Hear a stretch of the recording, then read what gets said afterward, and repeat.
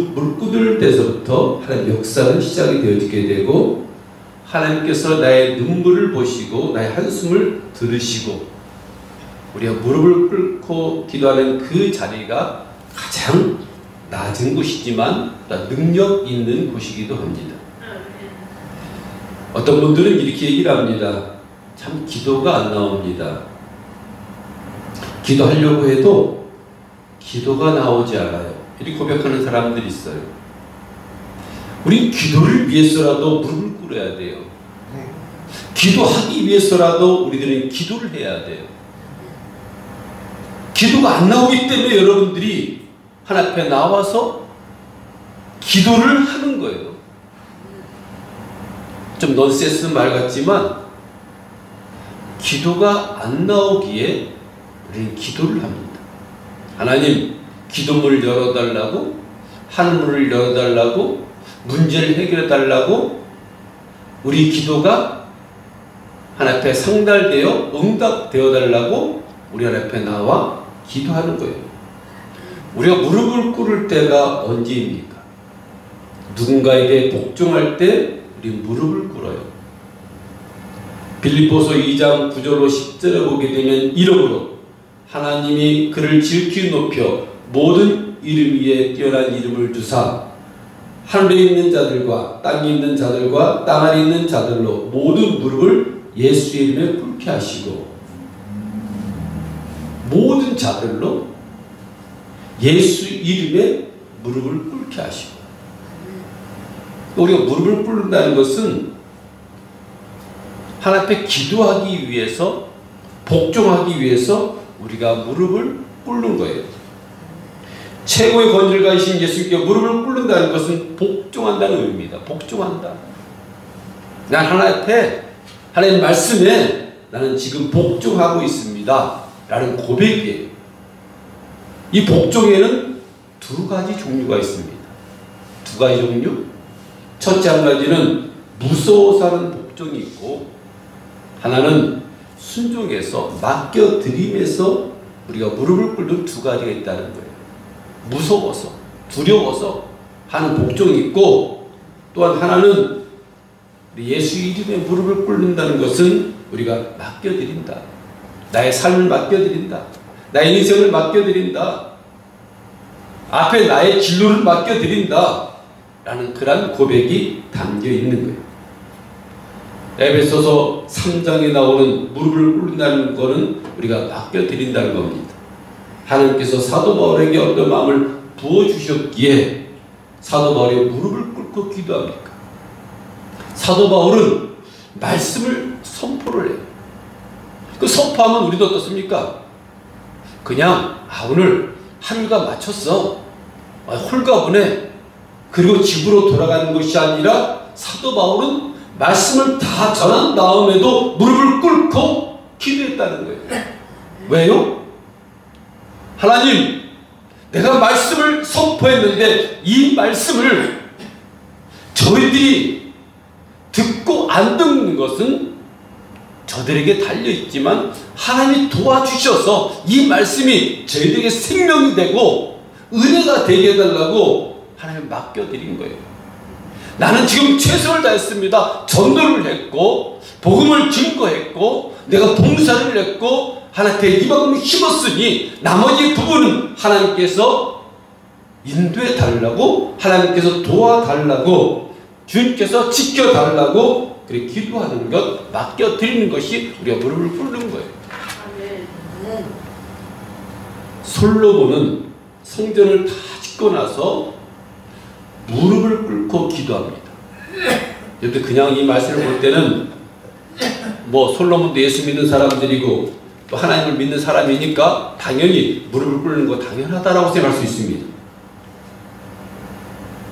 역대하 6장 13절을 보게 되면 솔로몬이 일찍이 노추로 대를 만들었으니 길이가 5규빗이요 너비가 5규빗이요 높이가 3규빗이라 뜰 가운데 두었더니 그가 그 위에 서서 이스라엘의 모든 회중 앞에서 무릎을 꿇고 하늘을 향해 손을 들고 기도했다는 거예요. 어떻게 했다고요? 무릎을 꿇고 손을 들고 하나님 앞에 기도를 했다는 겁니다.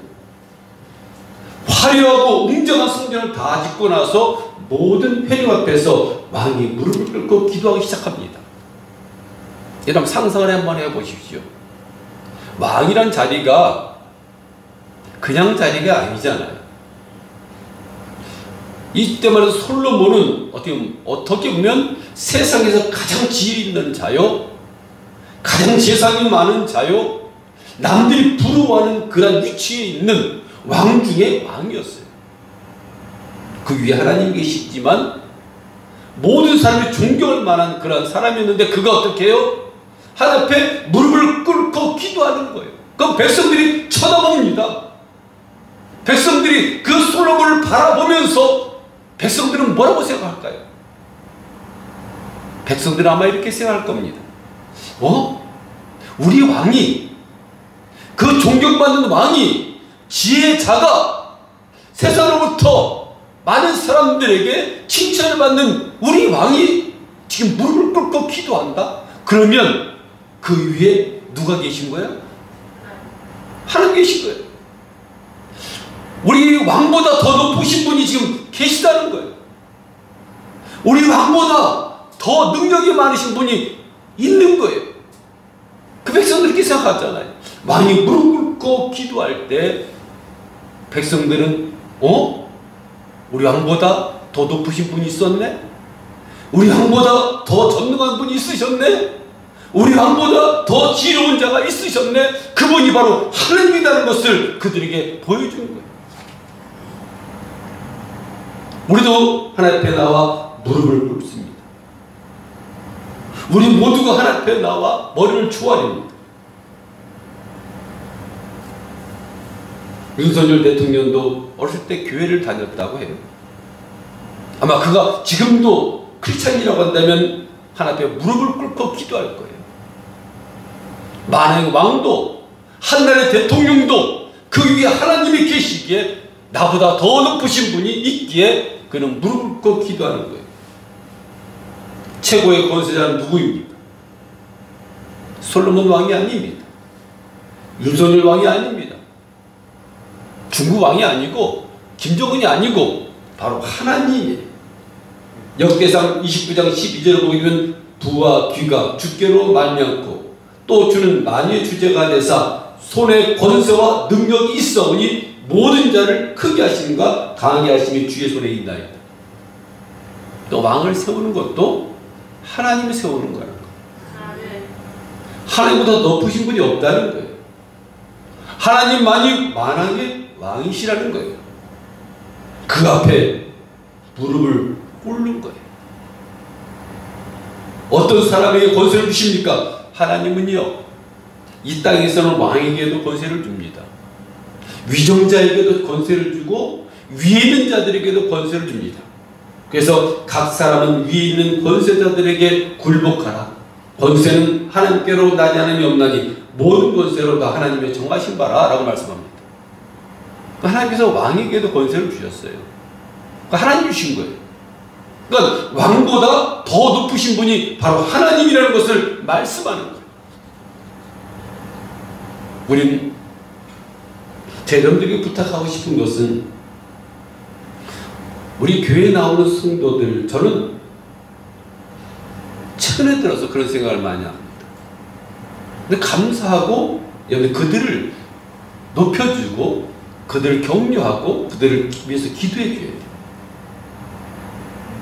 그들이 또 조금 잘못했을지라도 우리 용서를 해줘야 돼요. 왜냐면요, 그래도 하나님 앞에 나와서 찬양을 하고 하나님 앞에 나와서 말씀을 듣고 하나님 기도하는 그 모습이 얼마나 하나님 보시기에 얼마나 기쁘겠냐면, 제가 그전에 그런 고백을 많이 했어요. 지금은 정말 옛날 얘기 하려고 했는데, 옛날에 최승도하고 몇 사람 있었잖아요. 이렇게 어떤 사람 술 먹고 와서 어떤 사람은 문제를 일으키고. 근데 저는 그 모습이 왜 그 마음속에 와닿냐면은 문제도 많았습니다.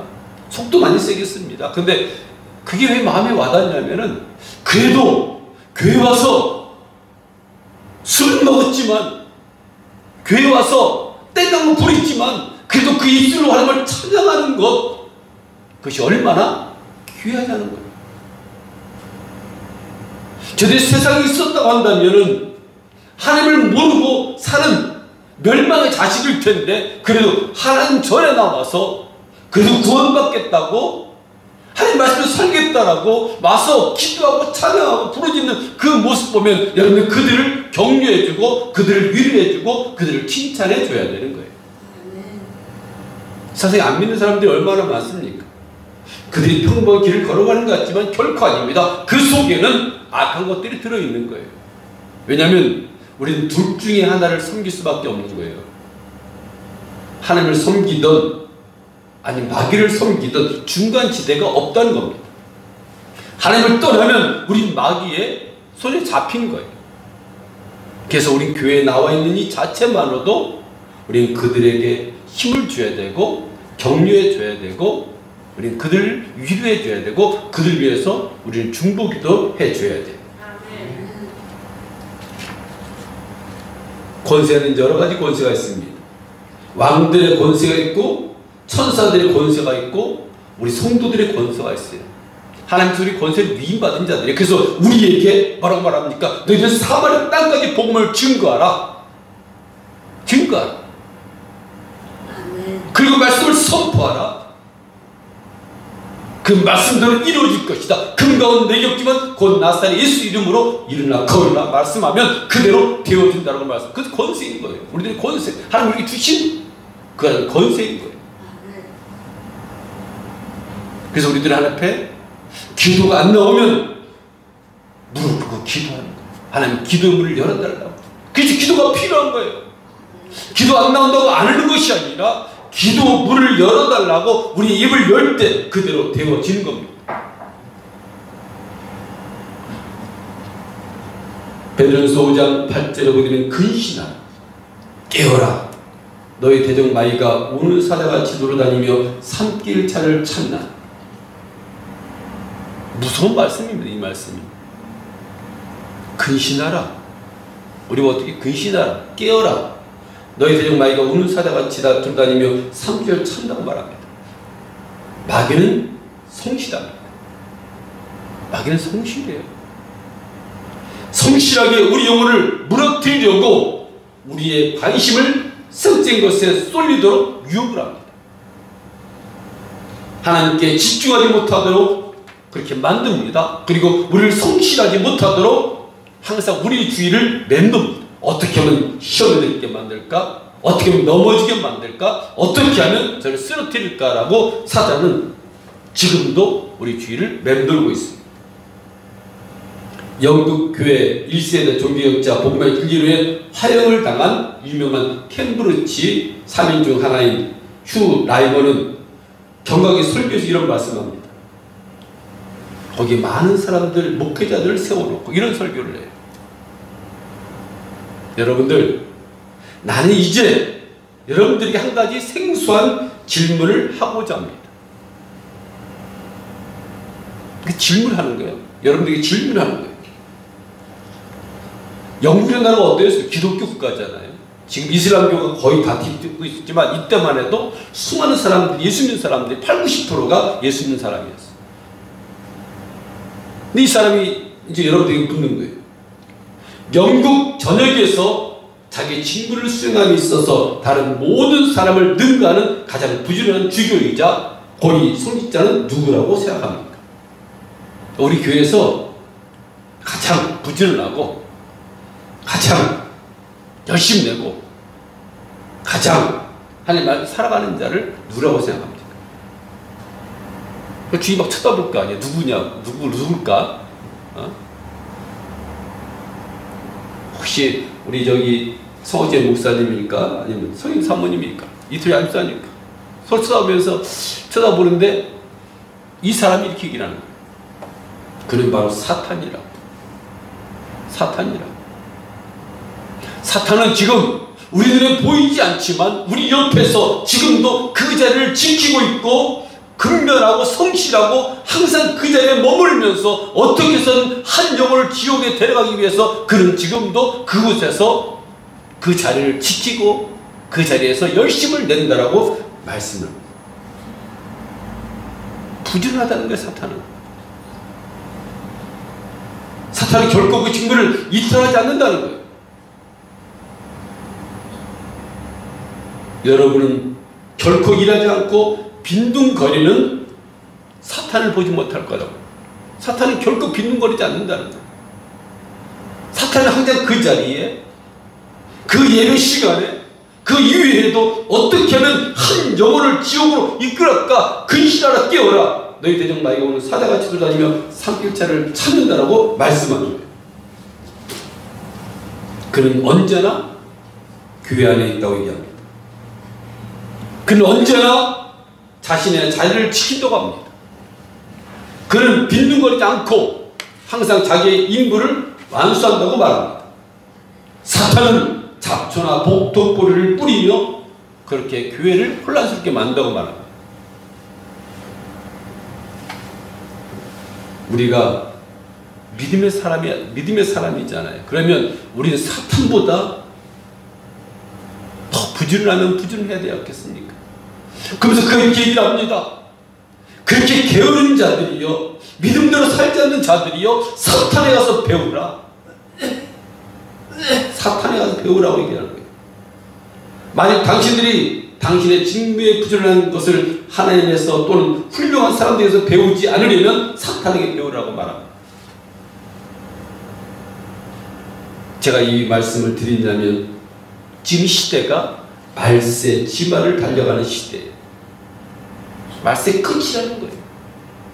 우리가 하고자 그런 모든 일들은 우리가 생전 한 번도 우리가 태어나서 보지 못하고 듣지 못하고 겪지 않은 일들이 앞으로 일어난다고 얘기하잖아요. 질병이 창궐한다고 말하잖아요.